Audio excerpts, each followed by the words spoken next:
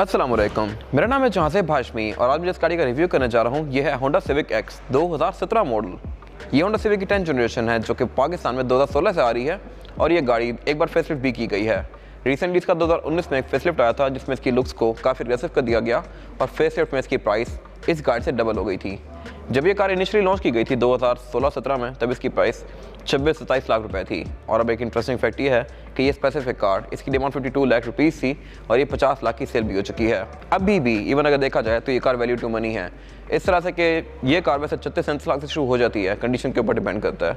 ये specific car बहुत NEET है, इसलिए इसकी डिमांड इतनी ज़्यादा थी और ये गाड़ी 50 लाख की सेल भी हो गई। इसमें ऐसे बहुत सारे फीचर्स आते हैं जो कि एनी डे सिटी को बीट कर सकते हैं। सिटी 50 लाख की है जबकि ये कार उससे साइज़ में भी बड़ी है, इंजन भी इसमें बड़ा आता है, फीचर भी बहुत ज़्यादा आते हैं और लुक्स भी डेफिनेटली इसकी बेहतर है। सिविक और इस तरह की और भी बहुत सारी गाड़ियाँ जैसा कि ग्रैंडी, यारिस, सिटी वगैरह साइकिल मोटरस्पोर्ट्स के पास अवेलेबल हैं। अगर आप इन गाड़ियों के बारे में कोई इन्फॉर्मेशन लेनी है तो आप इस दिए गए नंबर पर कॉल कर सकते हैं या फिर आप साइकिल मोटरस्पोर्ट्स को विजिट कर सकते हैं जो कि रावलपिंडी में DHA 2 के गेट 1 के ऑपोजिट लोकेटेड है। यहाँ पे जर्मन, पाकिस्तानी, जैपनीज़ हर तरह की गाड़ी की एक ह्यूज वैरायटी अवेलेबल है। प्लस यहाँ पे गाड़ियों का काम भी किया जाता है जैसे कि PPF, ceramic coating and what not. Overall, it's a great car and today I'm going to review it. Let's start with the exterior of this car. ये होंडा सिविक की 10th जनरेशन का फ्रंट लुक है। इस गाड़ी को civic UG भी कहते हैं। UG बेसिकली सिविक ओरियल होती है जिसमें सनरूफ भी आती है, अलॉय व्हील भी आते हैं और क्रूज भी आता है। इस गाड़ी के इनिशियली 3 मेन वेरिएंट्स आते थे। एक VTI जो कि बेसिक कार थी, उसमें व्हील कप आते हैं, सनरूफ नहीं आती। इस कार में जो कि ये मिडिल वेरिएंट था, इसमें अलॉय रिम, सनरूफ वगैरह आती है। और फिर एक इससे ऊपर ही वर्जन आता था सिविक का जो कि 1.5 टर्बो था, वो गाड़ी डिसकंटिन्यू कर दी गई थी और ये कार पे UG हो गई, यानी कि सबसे बड़ा वर्जन। टर्बो पे दोबारा से कंटिन्यू कर ली गई थी 2019 में। अगर बात कीजिए स्पेसिफिक कार के फ्रंट लुक की तो ये इसका प्री फेसलिफ्ट लुक है जिसमें इस गाड़ी की हेडलाइट्स हैलोजन लैंप्स के साथ आती हैं। इसमें प्रोजेक्शन लैंप दिया गया है लेकिन इसमें भी हैलोजन बल्ब आता है और बीम के लिए भी इसमें हैलोजन बल्ब दिया गया है।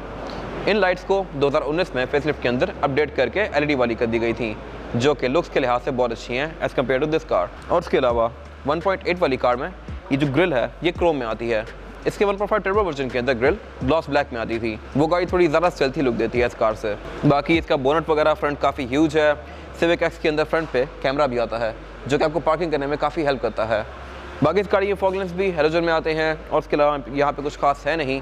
लेकिन अगर डायमेंशन और साइज़ के लिहाज से बात की जाए तो ये गाड़ी सिटी या यारिस से एनी डे बहुत बड़ी है। प्राइस के लिहाज से वो गाड़ियाँ इसके करीब ही हैं, लेकिन अगर आप ये कार भी ऑप्ट करते हैं तो मेरे ख्याल से आप रिग्रेट नहीं करेंगे। सिविक हमेशा से ही लुक्स पे बहुत ज़्यादा वर्क करता है and this car is no different. इसमें कट लाइन्स काफ़ी स्ट्रॉन्ग दी गई हैं साइड पे जो कि फ्रंट फेंडर से, रेयर फेंडर से कंटिन्यू करती हैं। इसी तरह इसके डोर्सेज वाला एरिया भी काफ़ी कर्व वाला है। और उसके अलावा इस गाड़ी में एक और अच्छी चीज़ जो है वो ये है कि इस गाड़ी के ड्राइवर और पैसेंजर दोनों ही डोर में सॉफ्ट अनलॉक आता है, यानी कि मेरे पास अगर कार की चाबी हो तो मैं इस गाड़ी को यहीं से लॉक अनलॉक कर सकता हूँ लाइक दिस। और उसके अलावा इस गाड़ी के साइड मिरर भी काफ़ी फीचर रिच हैं। इस तरह से कि इंडिकेटर भी आता है और ये रिट्रैक्टेबल भी हैं और इनको आप एडजस्ट भी गाड़ी के अंदर से ही कर सकते हैं, लेकिन ये ऑटो के फीचर के साथ नहीं आते। सिविक में फेसलिफ्ट के बाद इनमें ऑटो वाला फीचर भी दे दिया गया था, यानी कि ये गाड़ी लॉक अनलॉक होने के साथ साथ फोल्ड अनफोल्ड भी होते हैं। बाकी सिविक एक्स में एक जो डिस्टिंक्टिव चीज़ है वो ये है कि इसमें यहाँ पे एक और इस तरह की लाइट आती है जो कि देखने में इंडिकेटर लगती है बट ये इंडिकेटर नहीं है, ये रनिंग लाइट है। इनको बेसिकली मार्कर लाइट्स कहते हैं। ये यूजुअली बहुत ह्यूज गाड़ियों में आती हैं जैसे कि ट्रक्स वगैरह हो गए या फोर्ड रैप्टर वगैरह। तो मार्कर लाइट का बेसिकली पर्पस ये होता है कि आपको गाड़ी के कॉर्नर्स का आइडिया हो जाता है। रात के टाइम अंधेरे में साइड वाली ट्रैफिक का आइडिया होता है कि ये गाड़ी यहाँ तक है, तो इसमें भी बेसिकली एक मार्कर लाइट दी गई है जो कि इसकी लुक में एक अच्छा टच ऐड करती है। Same goes for rear end, यहाँ पे भी करेक्टर लाइन्स काफ़ी स्ट्रॉन्ग दी गई हैं जो कि टेल लाइट के अंदर तक कंटिन्यू करती हैं। और इस गाड़ी में क्वार्टर ग्लास भी आते हैं जो कि ग्रैंडी में नहीं दिए गए और इसमें फ्लैपर्स भी बॉडी कलर के ही आते हैं जो कि अगेन ग्रैंडी में नहीं आते। और इसके अलावा इस गाड़ी में रिम भी 16 इंचेस के आते हैं जबकि इस एरा में इसके साथ की ग्रैंडी में रिम 15 इंचेस के आते थे। अब ग्रैंडी में 16 कर दिए गए हैं बट इस कार ने सबसे पहले 16 इंच के रिम दिए थे। अगर बात की जाए रेयर लुक की तो ये भी पूरी ही कार की तरह काफ़ी अग्रेसिव है। इसमें टेल लाइट्स जो हैं ये काफ़ी मैसिव हैं और इसी शेप में हैं, लेकिन इनमें नियॉन बार्स दिए गए हैं। ये लावा रेडी लाइट नहीं है, इसके साइडों पर लाइट जल रही है जो कि रिफ्लेक्ट होकर पूरी टेल लाइट के अंदर जाती है। तो ये ग्रैंडी जितनी ब्राइट नहीं है लेकिन लुक्स के लिहाज से ठीक हैं। ये फेसलिफ्ट में भी ऐसी ही रही हैं। बाकी बैक पे यहाँ पे एक कैमरा आता है इस गाड़ी के अंदर, 1.8 की बैजिंग आती है। अगर बात की जाए इसकी ट्रंक कैपेसिटी की तो ट्रंक इस गाड़ी की काफ़ी स्पेशियस है जिसको आप की फॉब से भी अनलॉक कर सकते हैं और यहाँ पे दिए गए सॉफ्ट बटन से भी अनलॉक कर सकते हैं। ये इस गाड़ी की ट्रंक कैपेसिटी, यहाँ पे 5 लोगों का सामान आसानी से आ सकता है। बाकी इस गाड़ी में नीचे स्पेयर टायर और टूल किट दी गई है। इसके बाद अगर बात की जाए इस गाड़ी का इंटीरियर की तो ये कंपैरेटिवली सिविक की 8th या 9th जनरेशन यानी रिबॉन या रिबर्थ से काफ़ी सिंपल सा था। इसमें जस्ट डैशबोर्ड में की कलर टोन फॉलो की गई है ब्लैक की। इंटीरियर इस गाड़ी का डुअल टोन में है, ब्लैक और वाइट के कॉम्बिनेशन के साथ। 2019 में सिविक टर्बो के अंदर RS वर्जन के अंदर एक और इंटीरियर कलर टोन भी ऑफर कर दी गई थी, फुल ब्लैक वाली, जो कि 1.8 पे नहीं आती थी। और क्योंकि इस गाड़ी का 1.8 UG वर्जन है तो इसमें फीचर्स वगैरह काफ़ी सारे दिए गए हैं। जैसा कि अगर बात की जिसके स्टीयरिंग व्हील की, तो इसके लेफ्ट साइड स्पोक पर डिफरेंट कंट्रोल्स दिए गए हैं। राइट स्पोक पे इसमें क्रूज कंट्रोल भी आता है, जो कि इसके छोटे वर्जन में नहीं आता। बाकी लेफ्ट स्पोक पे इसके मल्टीमीडिया कंट्रोल्स दिए गए हैं, जो कि हर गाड़ी में स्टैंडर्ड हैं। और ये स्टीयरिंग व्हील है भी टेलीस्कोपिक, यानी कि आप इसको ऊपर नीचे भी कर सकते हैं और आगे पीछे भी कर सकते हैं, लाइक दिस। तो ये मेरे ख्याल से एक अच्छी चीज़ है। अगर बात कीजिए इस गाड़ी के मीटर की, तो मीटर इस गाड़ी का लुक्स के लिहाज से काफ़ी अच्छा है, लेकिन इसका जो मेन डायल है ये काफ़ी हद तक C क्लास 2007-8 वाली की कॉपी लगता है। उसमें इस तरह का मीटर आता था, दरमियान में स्पीडोमीटर, ऊपर RPM।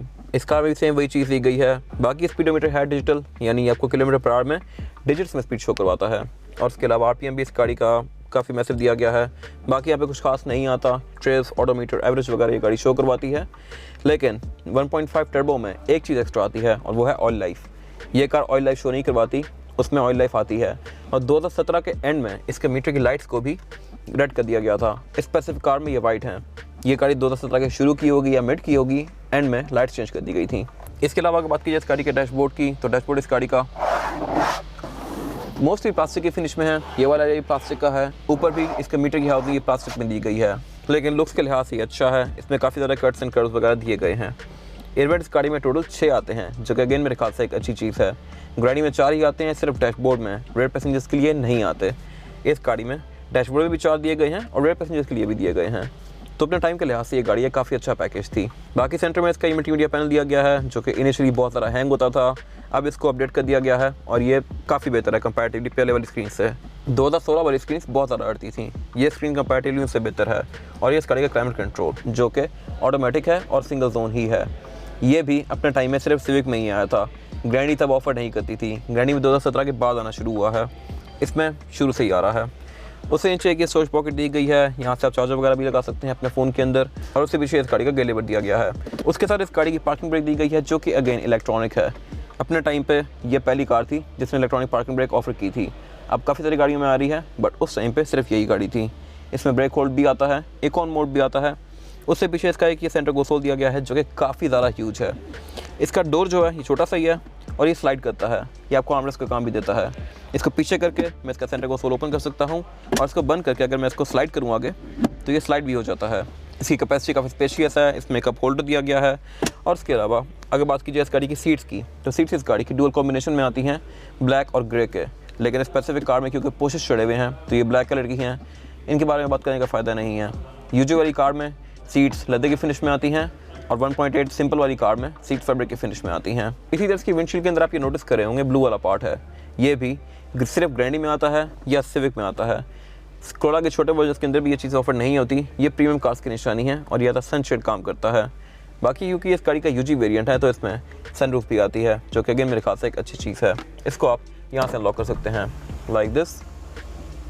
और अगर बात कीजिए इस गाड़ी में रेयर पैसेंजर की सीटिंग कैपेसिटी की, तो ये भी यहाँ पे काफ़ी कंफर्टेबल है, लेकिन 2 लोगों के लिए। बैक पे यहाँ पे 2 लोग आसानी से बैठ सकते हैं। मेरे पास यहाँ पे लेगरूम का भी इतना कोई खास इशू नहीं है और हेडरूम भी इस गाड़ी के अंदर सफिशिएंट है। लेकिन कंपैरेटिवली ये गाड़ी ग्रैंडी से थोड़ी तंग आती है, हर सिविक बैक पे थोड़ी तंग ही रही है। और इसके अलावा इसमें बैक पे ये हम्प आता है काफ़ी बड़ा, सिविक की 8th और 9th दोनों जनरेशन में नहीं था, रिबॉर्न रिवर्स में 10th में दे दिया गया है और 11th में भी आता है। तो यहाँ पे थर्ड पर्सन को बैठने में थोड़ी मुश्किल होगी, क्योंकि उसके लिए फुटबॉल फ्लैट नहीं है, तो पाँव उसको साइड पे रखने पड़ेंगे। बाकी सीट सेंटर से भी थोड़ी ऊपर है, तो बैक पे यहाँ पे 2 लोग कंफर्टेबल होंगे। इसके अलावा यहाँ पे फीचर्स ज़्यादा दिए गए हैं और फीचर्स ये हैं कि इसमें 2 एयरवेंट्स आते हैं रेयर पैसेंजर्स के लिए, जो कि ग्रैंडी वगैरह ऑफर नहीं करती। इसके अलावा यहाँ पे 3 हेडरेस्ट दिए गए हैं रेयर पैसेंजर्स के लिए, स्टोरेज पॉकेट्स दी गई हैं, सेंटर में सेंटर कंसोल दिया गया है, जिसको निकाल के आप इसमें से 2 कप होल्डर एक्सेस कर सकते हैं। इसके बाद की बात कीजिए इस गाड़ी के इंजन की, तो सिविक एक्स में जो इंजन आता है ये R18 है, 1800 सीसी एयरलाइन 4 सिलेंडर, जो कि सिविक रिबॉन से आना शुरू हुआ था। रिबॉन, रिबर्थ और फिर सिविक एक्स में सेम ही इंजन दिया गया है, लेकिन सिविक एक्स में कुछ रिफाइनमेंट्स की गई थी और वो रिफाइनमेंट्स ये हैं कि इसमें ट्रांसमिशन CVT दे दी गई थी। ग्रैंडी में CVT आना शुरू हो गई थी, सिविक रिबर्थ में सिंपल ही आती थी, जबकि इस गाड़ी में CVT दे के इसकी परफॉर्मेंस को, इसकी फ्यूल एफिशिएंसी को काफ़ी बेहतर कर दिया गया था। लेकिन कंपैरेटिवली ये कार सिविक रिबॉन से थोड़ी स्लो है और इसकी वजह यह है कि इसकी बॉडी उससे ज़रा बड़ी है और ज़रा भारी है। डे टू डे यूज़ के लिए ये गाड़ी आपको कहीं भी तंग नहीं करेगी। बाकी अगर बात की जाए परफॉर्मेंस फिगर्स की, तो ये गाड़ी 138 हॉर्स पावर प्रोड्यूस करती है, जो कि सफिशिएंट है। ग्रैंडी की भी इतनी है, लेकिन कंपैरेटिवली वो कार थोड़ी सी इससे तेज़ है। उसके अलावा इस गाड़ी में बोनट में इंसुलेशन दी गई है, ये बोनट स्टैंड से ओपन होता है। और अगर बात की जाए एवरेज की, तो ये गाड़ी आपको विद इन सिटी 12 तक की एवरेज दे सकती है, depending upon driving pattern. Long पे ये गाड़ी 14-15 भी चली जाती है अगर आप इसको क्रूज लगा के चलाएं तो। इसके अलावा इस गाड़ी में ABS, EPS, इको मोड वगैरह सारा कुछ दिया गया है, जो कि इस गाड़ी की ड्राइव को काफ़ी बेहतर बनाता है। इसके बाद अगर बात की जाए इस गाड़ी के टायर साइज़ की, तो टायर साइज़ जो आता है सिविक एक्स में वो है 215, 55 और 16। इस गाड़ी में 16 इंच का अलॉय रिम दिया गया है, जो कि प्री फेसलिफ्ट वाला रिम है। इसको फेसलिफ्ट में चेंज कर दिया गया था। खैर ये रिम डुअल कॉम्बिनेशन में है, एल्यूमिनियम और ग्लॉस ब्लैक के। और उसके अलावा टायर इस गाड़ी में BG लक्सर प्लस आता है, जो कि जनरल की ही सब्सिडरी है, तो ग्रैंडी यहाँ नंबर ले जाती है। ग्रैंडी का टायर होता 205 है, इस पे 215 है, लेकिन ग्रैंडी का टायर योकोहामा आता है एडवांस DB, जबकि इस गाड़ी में टायर BG लक्सर प्लस आता है, जो कि जनरल का ही है और ये टायर को इतना अच्छा नहीं है। आप अगर इसको लेके चेंज करवा लें तो इसकी राइड कंपैरेटिवली पहले से बेहतर हो जाएगी। बाकी सिविक में एक और अच्छी चीज़ जो है वो ये है कि इसमें ऑल डिस्क ब्रेक दी गई है, यानी फ्रंट और बैक चारों ही टायरों में इसमें डिस्क ब्रेक आती है। और इसके अलावा इस गाड़ी में ABS, EPS और ट्रैक्शन कंट्रोल भी आता है, जो कि अगेन मेरे ख्याल से एक अच्छी चीज़ है। ये इस गाड़ी की फिजिकल की है। बैक पे इस पे होंडा का लोगो आता है अंदर, और फ्रंट पे लॉक अनलॉक और ट्रंक लीज आता है। ये था आज का रिव्यू। अगर आपको ये रिव्यू पसंद आया है तो इस वीडियो को लाइक कीजिए, मेरे चैनल को सब्सक्राइब कीजिए, और अगर आपके पास इस गाड़ी से रिलेटेड कोई भी राय है तो उसको कमेंट सेक्शन में शेयर ज़रूर कीजिएगा, ताकि वो लोग जो ये गाड़ी लेने वाले हैं वो आपकी राय से फ़ायदा उठा सकें। अपना ख्याल रखिएगा। Thank you.